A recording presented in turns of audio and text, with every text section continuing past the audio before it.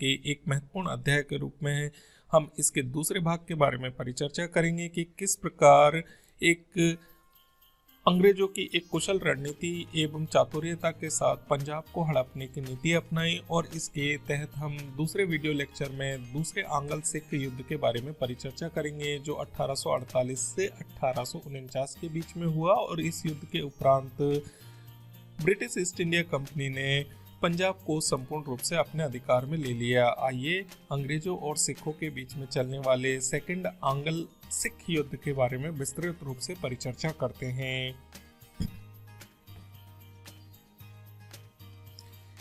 इस video lecture के तहत हम सर्वप्रथम आंग्ल सिख युद्ध की पृष्ठभूमि को एक बार फिर से पढ़ने का संक्षिप्त रूप से प्रयास करेंगे। लाहौर की संधि के बारे में परिचर्चा करेंगे। फिर लाहौर की संधि के माध्यम से ही एक दूसरी संधि हुई जो संपूर्ण रूप से पंजाब पर प्रत्यक्ष और अप्रत्यक्ष रूप से अंग्रेजों के नियंत्रण में स्थापित कर देती है, जिसे भैरोबाल की संधि कहते हैं। और अंत में हम ये समझने का प्रयास करेंगे कि द्वितीय आंग्ल सिख युद्ध की तरफ ले जाने वाले कारण कौन कौन से थे। द्वितीय आंग्ल पंजाब युद्ध के बारे में हम विस्तृत रूप से परिचर्चा करेंगे और ये देखेंगे कि द्वितीय आंग्ल सिख युद्ध के क्या परिणाम आए।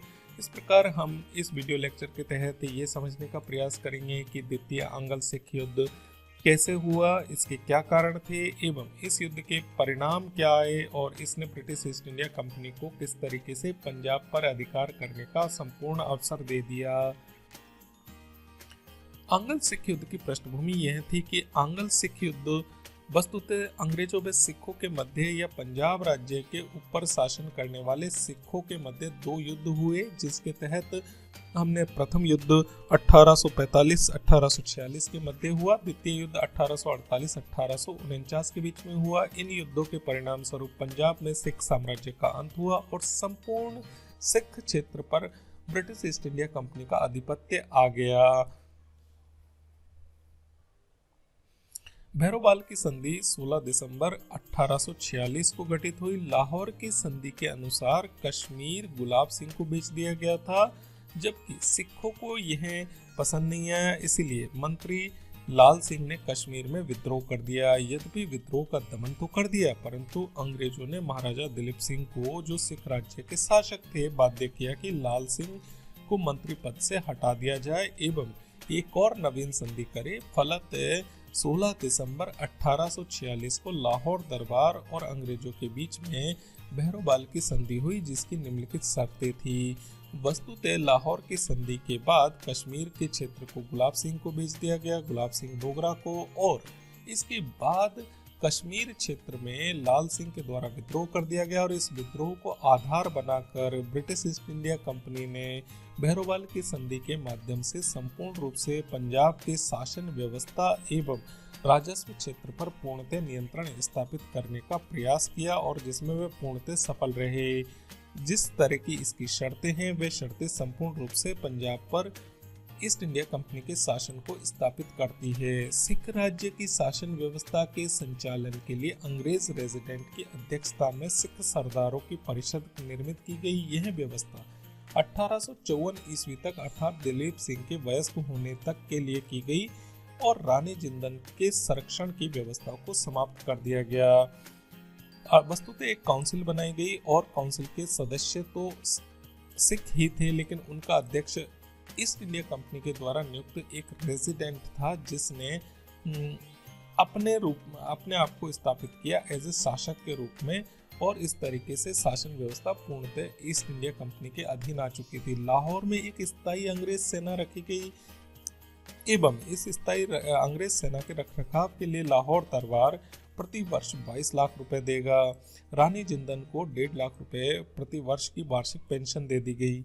वस्तुतः इसके माध्यम से ईस्ट इंडिया कंपनी ने ब्रिटिश रेजिडेंट के माध्यम से तो शासन व्यवस्था संभाल ली एवं किसी भी प्रकार का यदि विद्रोह होता है तो उस विद्रोह को रोकने के लिए लाहौर या सिखों की राजस्व व्यवस्था के ऊपर ही 22 लाख के खर्चे के ऊपर ही अपनी सेना भी रख ली और रानी जिंदन को 1.5 लाख रुपए की वार्षिक पेंशन देकर उसे भी अलग कर दिया गया।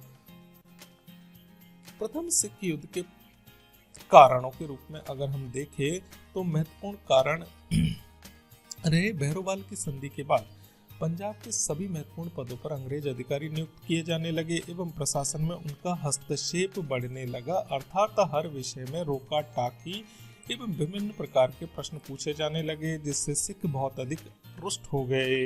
अंग्रेजों ने सुधार के बहाने मुसलमानों को अजान व गोवध के अधिकार प्रदान कर दिए और जानबूझकर सिखों के हितों के विरुद्ध उनकी धार्मिक भावनाओं के विपरीत कार्य किया, जिससे सिखों में अत्यधिक असंतोष उत्पन्न हो गया। सिख सेना की संख्या घटा दी गई। अनेक सिखों की जीविका का साधन ही सैनिक व्यवस्था था, जिसके कारण बहुत सारे लोग बेरोजगार हो गए। बेरोजगारों ने अपनी बेरोजगारी के लिए अंग्रेजों को ही उत्तरदायी माना। सिखों को यह विश्वास भी था कि उनकी पराजय और स्वतंत्रता छिन जाने के कारण वीरता और युद्ध कौशल का अभाव नहीं, अपितु उच्च अधिकारियों एवं सरदारों की आपसी फूट व मिलीभगत है एवं पंजाब राज्य के प्रति उनका विश्वासघात है। अतः एक बार पुनः युद्ध होने पर वे अंग्रेजों को निश्चित रूप से परास्त कर देंगे। अतः सिख सैनिक दो तरीके से युद्ध करना चाहते थे। एक तो वह उनकी संख्या कम हो गई थी, दूसरा जो सिख सैनिक थे उन्हें पूर्ण विश्वास था कि अगर वे एकजुट होकर लड़ेंगे तो निश्चित रूप से ब्रिटिश ईस्ट इंडिया कंपनी को पराजित कर देंगे। इसी तरीके से रानी जिंदन को संरक्षक या पेट्रोट के पद से हटा दिया गया और उसके समस्त अधिकार छीन लिए गए एवं अंग्रेजों के विरुद्ध षड्यंत्र के आरोप लगाकर उसे अपमानित भी किया गया और उसे चुनार के दुर्ग में भेज दिया गया था। इससे सिख समुदाय में बहुत अधिक रोष उत्पन्न हुआ और विद्रोह की भावना को इस विषय से भी प्रोत्साहन मिला। इस समय भारत का गवर्नर जनरल 1848-49 में लॉर्ड डलहौजी आ चुका था। वह बहुत अधिक साम्राज्यवादी व्यक्ति था, अर्थात ऐसा व्यक्ति जो हर कीमत पर ब्रिटिश ईस्ट इंडिया कंपनी के क्षेत्र का या आकार का या भूगोल का विस्तार करना चाहता था। वह पंजाब को शीघ्र अंग्रेज राज्य में सम्मिलित करना चाहता था, इसीलिए उसे एक बहाना चाहिए था और सिंध के मूलराज का विद्रोह ने उसे यह बहाना दे दिया। द्वितीय आंग्ल सिख युद्ध। प्रथम आंग्ल सिख युद्ध के पश्चात सिख सेना अपनी शक्ति को पुनः प्रतिष्ठित करना चाहती थी। डलहौजी की साम्राज्यवादी नीतियों से सिख क्रोधित हो चुके थे। इसी समय अंग्रेजों ने मुल्तान के गवर्नर को अपदस्थ कर दिया। परिणाम स्वरूप जनता ने भी विद्रोह कर दिया।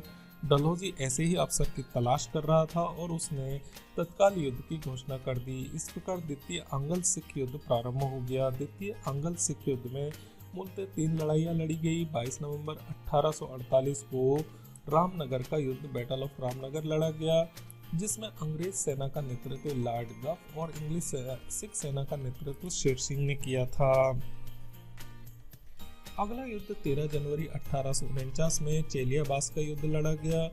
इस युद्ध में अंग्रेजी और सिख नेतृत्व में कोई परिवर्तन नहीं था, अर्थात लॉर्ड गफ और अंग्रेजी सिख सेना का नेतृत्व शेर सिंह ने ही किया। यह युद्ध भी अनिर्णित रहा। तदुपरांत तृतीय युद्ध 13 फरवरी 1849 को लड़ा गया, जिसे गुजरात का युद्ध कहते हैं और निर्णायक युद्ध हुआ। इसमें अंग्रेजी सेना का नेतृत्व चार्ल्स नेपियर ने किया। अंग्रेजों ने सिख सेना को पराजित कर दिया। इसी इतिहास में इसे तोपों के युद्ध के रूप में जाना जाता है, क्योंकि इसमें तोपों का बहुत बड़े स्तर पर प्रयोग किया गया और तोपों के कारण ही ब्रिटिश ईस्ट इंडिया कंपनी ने इस युद्ध को जीत लिया। अब इस जीत के कारण आंग्ल सिख युद्ध के महत्वपूर्ण परिणाम आए, जिनमें 2 महत्वपूर्ण परिणाम के रूप में हम देख सकते हैं कि पंजाब का विलय 29 मार्च 1849 में डलहौजी ने एक घोषणा कर पंजाब को अंग्रेजी राज्य का अंग बना लिया एवं उसका शासन संचालन करने के लिए 3 अंग्रेज कमिश्नरों की एक समिति बना दी गई। दूसरा महत्वपूर्ण परिणाम यह आया कि महाराजा दिलीप सिंह को 5 लाख रुपए की वार्षिक पेंशन देकर उसकी मां रानी जिंदन के साथ इंग्लैंड भेज दिया गया और रणजीत सिंह के परिवार से कोहिनूर हीरा लेकर ब्रिटिश राजमुकुट को दे दिया गया। तो वस्तुतः आंग्ल सिख युद्ध के परिणाम स्वरूप पंजाब का विलय ब्रिटिश भारत के अधीन हो गया एवं पंजाब के शासक को ही पंजाब से बाहर, भारत से बाहर, एशिया से बाहर, यूरोप में पहुंचा दिया गया और इस तरीके से पूर्णतः सिख राज्य के ऊपर ब्रिटिश ईस्ट इंडिया कंपनी का अधिकार हो गया और ब्रिटिश ईस्ट इंडिया कंपनी का अधिकार क्षेत्र भारतीय उपमहाद्वीप पर संपूर्ण रूप से कायम हो गया।